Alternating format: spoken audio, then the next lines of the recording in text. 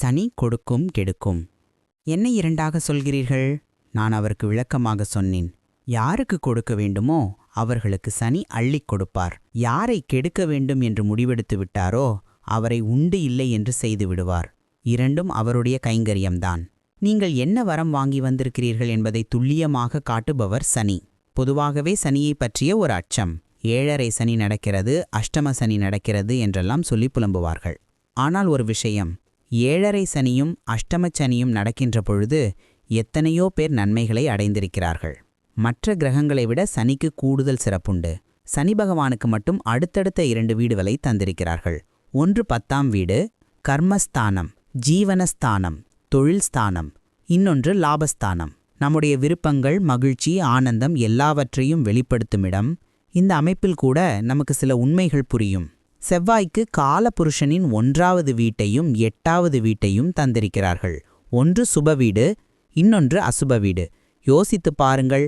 1 என்கின்ற லக்கணம், அதாவது நாம் சரியாக இயங்கினால் 8 என்கிற கஷ்டம் ஏன் வருகிறது?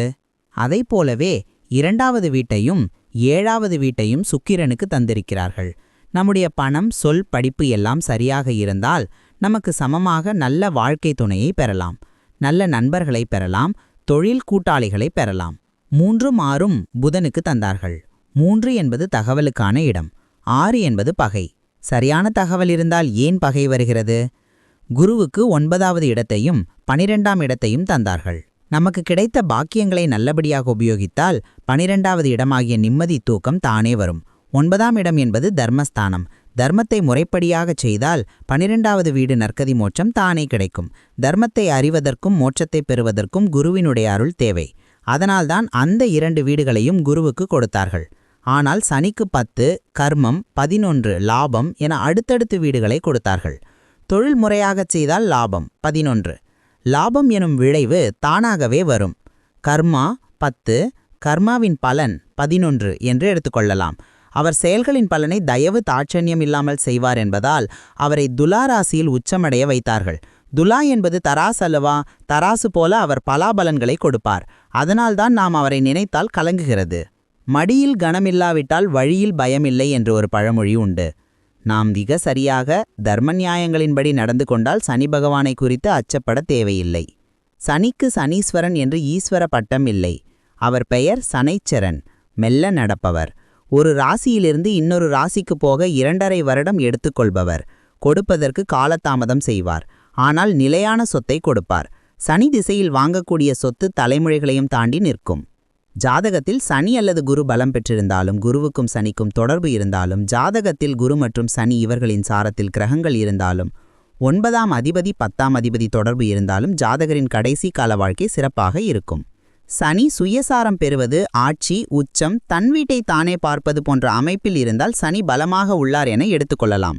4ஆம் இடத்தில் சனி இருந்தால் வீடு அமைய தாமதமாகும். வீடு கட்டும் பொழுது கட்டி முடிக்க காலதாமதமாகும். ஆனால் கவலை கொள்ள தேவையில்லை. சனி 4இல் இருந்தால் காலதாமதமாக வீடு கட்டுவதுதான் நல்லது. சனியின் காரகங்கள்: சந்தேக குணம், மூத்த சகோதரன், காலபுருஷனுக்கு 11ஆம் அதிபதி என்பதால் தனிமை, நேர்மை. சனிக்கு குரு அல்லது சுக்கிரன் தொடர்பு ஏற்படும் பொழுது, சனி 5ஆம் பாவம் 9ஆம் பாவம் சம்பந்தப்படும் பொழுதும் நேர்மையை தருகின்றது.